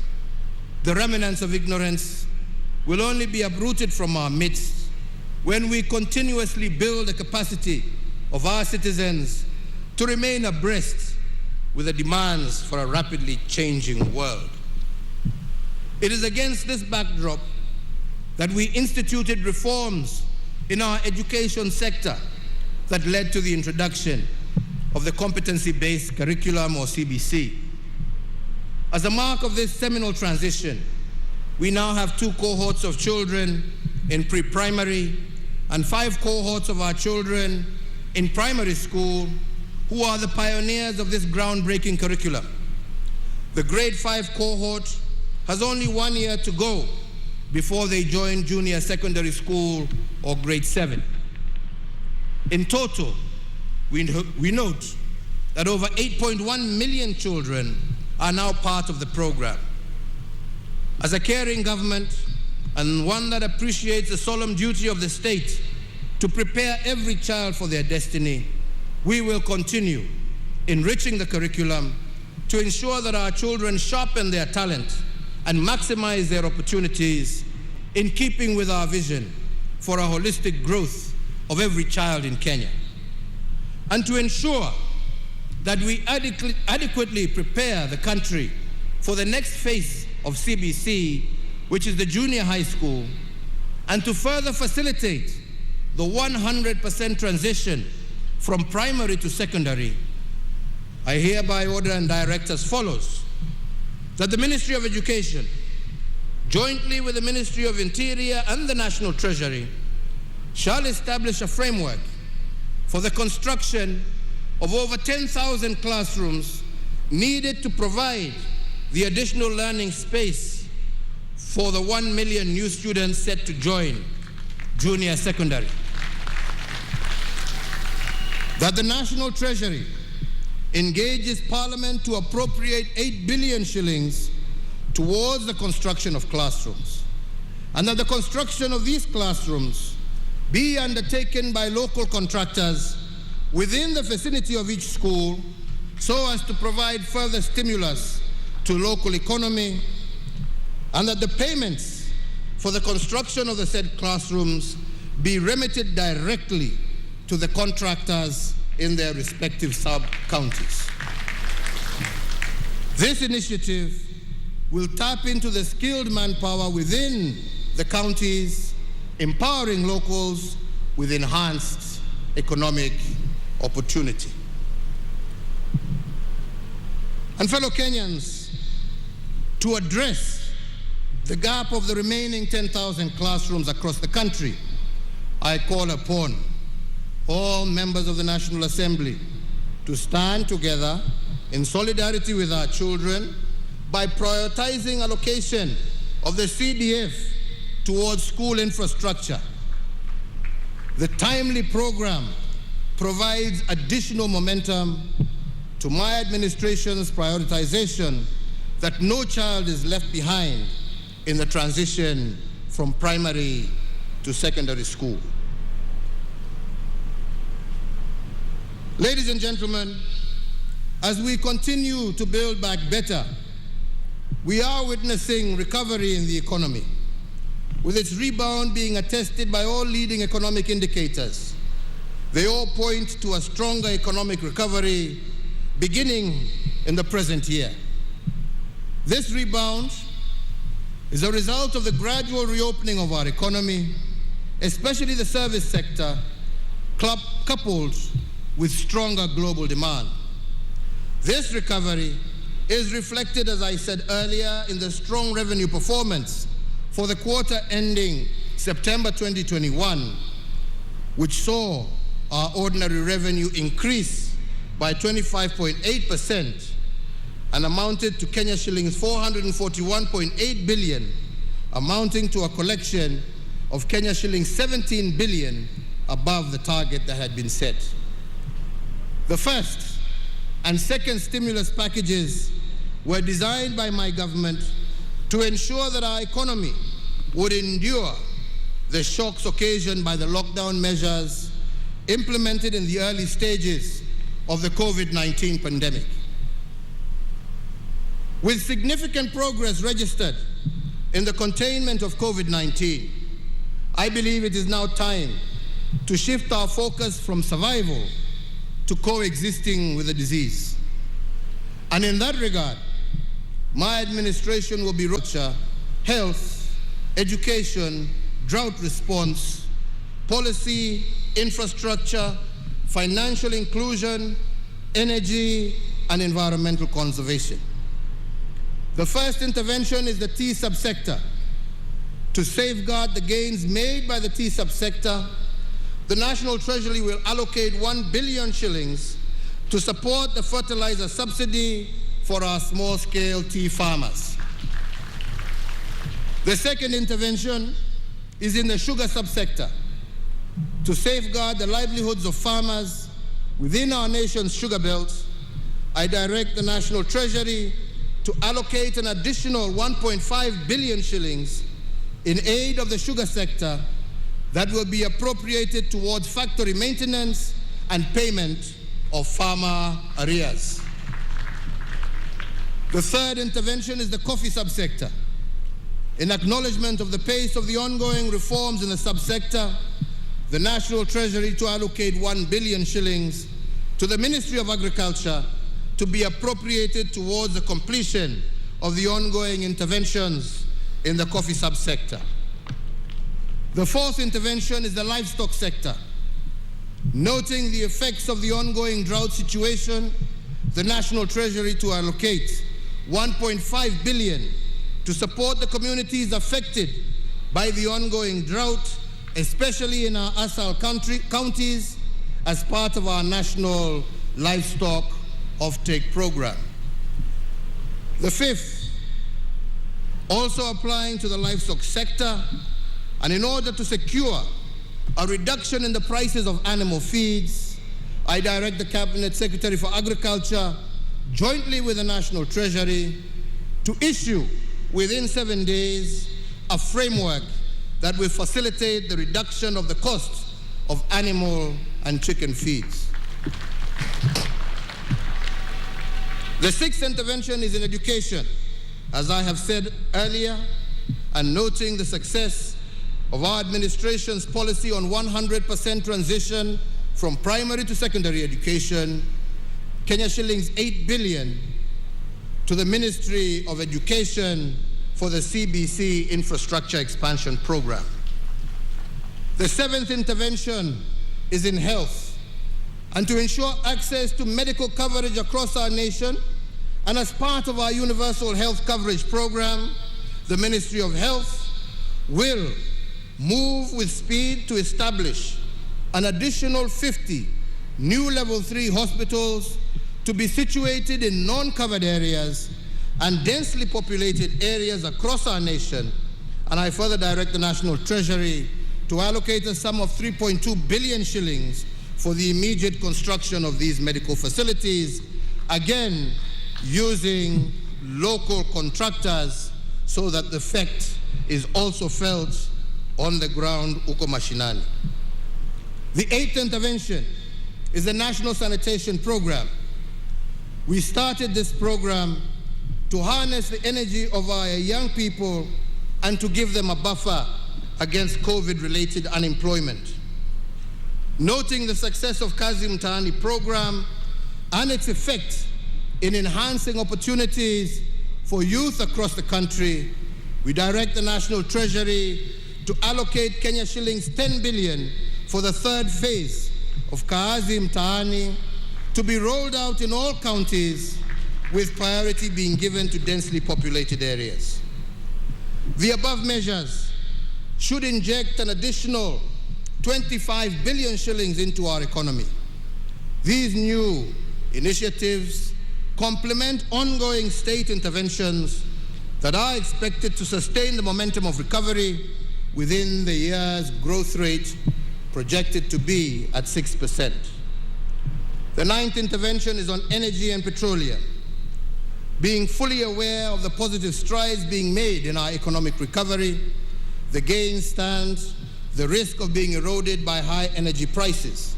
And to address the plight of our people, I do direct that the Ministry of Petroleum and Mining, jointly with the National Treasury, to develop by the 24th of December a framework for stabilization of petroleum prices so as to cushion Kenyans against the turbulence caused by the current volatility in fuel prices, and that B, the Ministry of Energy shall secure the full implementation of the report of the Presidential Task Force on review of power purchase agreements that establishes a pathway for the reduction of electricity prices by 30% by or before the 24th of December this year.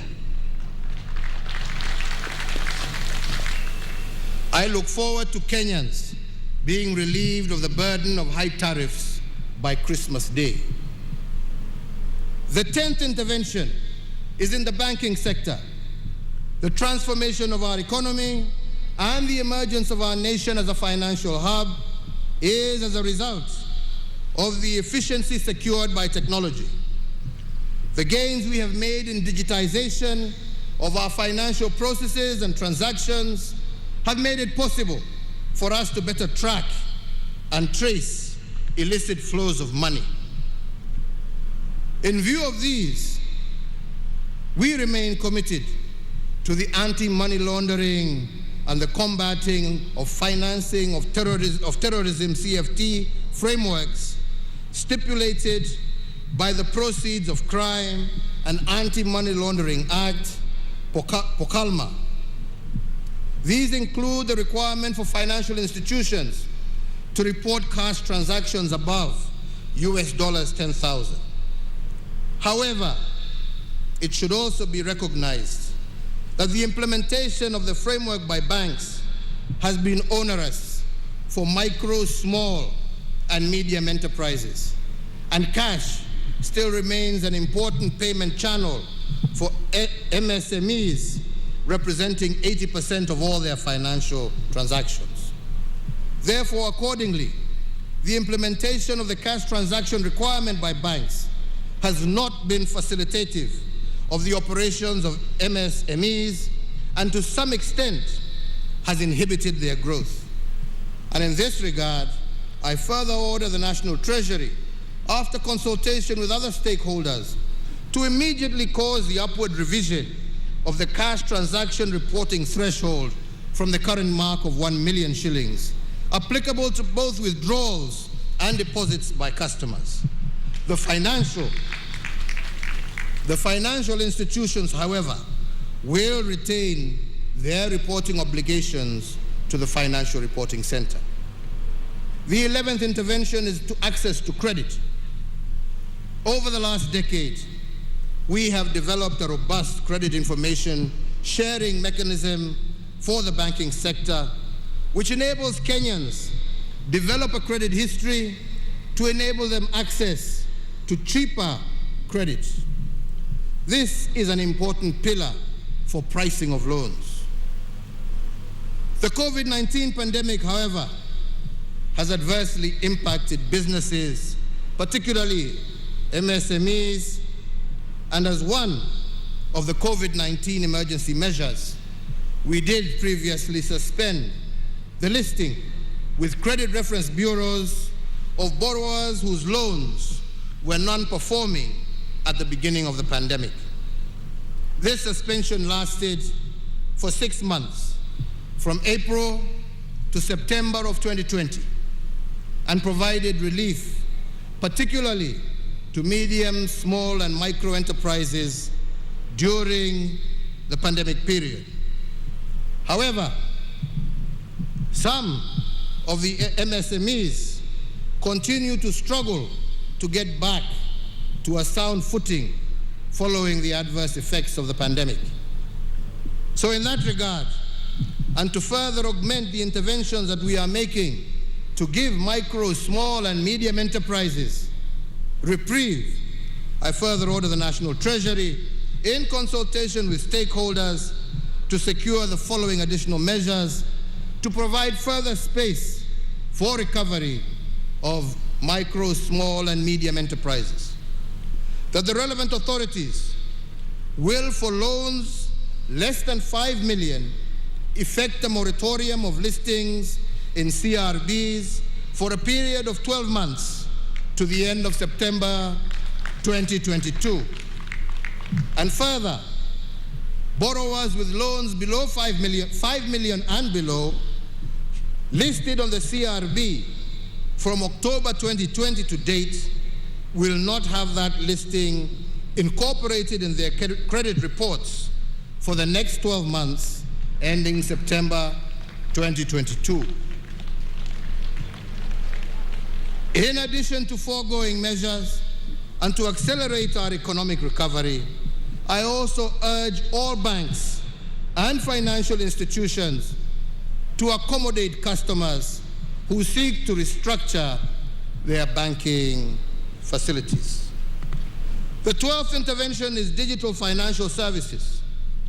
In recognition of the importance of digital financing services, especially to the small-scale traders and the household at large, I do direct the National Treasury to engage all digital payment providers with the aim of deepening and expanding the use of the digital payment channels so that people can save more on their wallets and use them more. The 13th intervention is in the area of vaccine production.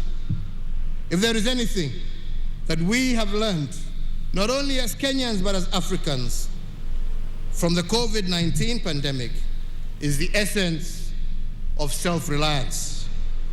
As the first step towards this goal, we as a government have established a company to facilitate this venture in the name of Kenya Biovax Limited, and therefore the Ministry of Health should operationalize this company to build a form and fill and eventually manufacture vaccines in our country by Easter of next year. Fellow Kenyans, on the 29th of June 2021, during my 16th address on the COVID-19 pandemic, I pledged to the nation that by Christmas this year, we would have vaccinated over 10 million adults. Today, I am pleased to confirm to the nation that we are on course to realize this target. As of today, we have vaccinated 5 million adults. Owing to the compliance with the health protocols and guidelines on COVID-19, I have further noted with much appreciation that surge of infections has declined over the last 2 weeks, as characterized by the positivity rate of below 5% that has been registered over this period. I once again want to thank the people of Kenya for exercising an admirable degree of civic responsibility in this fight and truly being their brothers' keepers. It is, however, important for all of us to appreciate that we are not yet out of the woods, and we must therefore continue to observe the containment measures as directed by the Ministry of Health, as this is the only way to sustain the gains we are making and guarantee the full reopening of our economy. I want to, at this juncture, particularly thank our Interfaith Council for their cooperation in steering the resumption of in-person and congregational worship, and indeed all our health workers and security officers for their commitment to duty during this particularly difficult time. So, fellow Kenyans, the National Emergency Response Committee on COVID-19 and the National Security Council have continued to monitor the evolution of the disease situation within our borders. And therefore, given the progress in containing this disease, the committee, jointly with the Council, has recommended a review of the existing containment measures. The number of persons gathering for in-person worship is now reviewed upwards from 1/3 of the congregants to 2/3, provided they adhere to all the health protocols. In the same regard, and by the authority vested in me as President, I hereby order and direct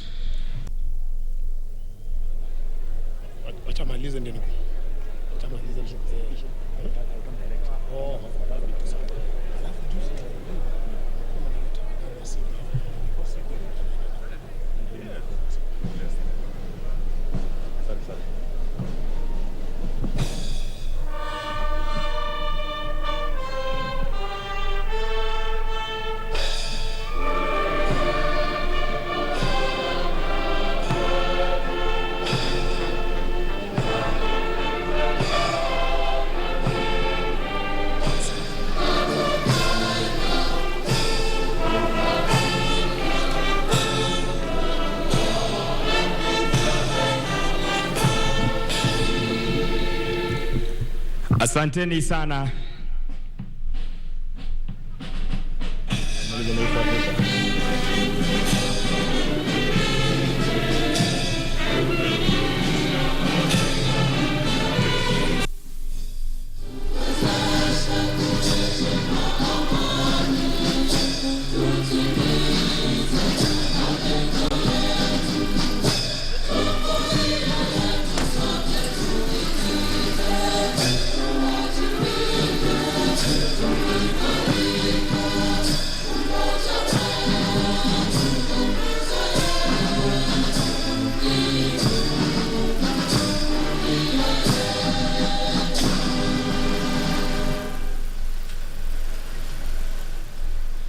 Baada ya hotuba ya Mheshimiwa Rais, nitaomba tuwe watulivu ili tuweze kutangaziwa itifaki ya kuondoka. Nitaomba kuomba Mheshimiwa Uhuru Kenyatta, Rais wa Jamhuri ya Kenya, na Mheshimiwa Bi Margaret Kenyatta wataondoka kwanza, na wale wengine tuwe watulivu ili tuweze kuongozwa katika itifaki. Tumhe nafasi Mheshimiwa Rais anapoondoka. Wale wengine wote tutatulia hadi tupewe itifaki ya kuondoka, the exit protocol. Anaondoka sasa Mheshimiwa Uhuru Kenyatta.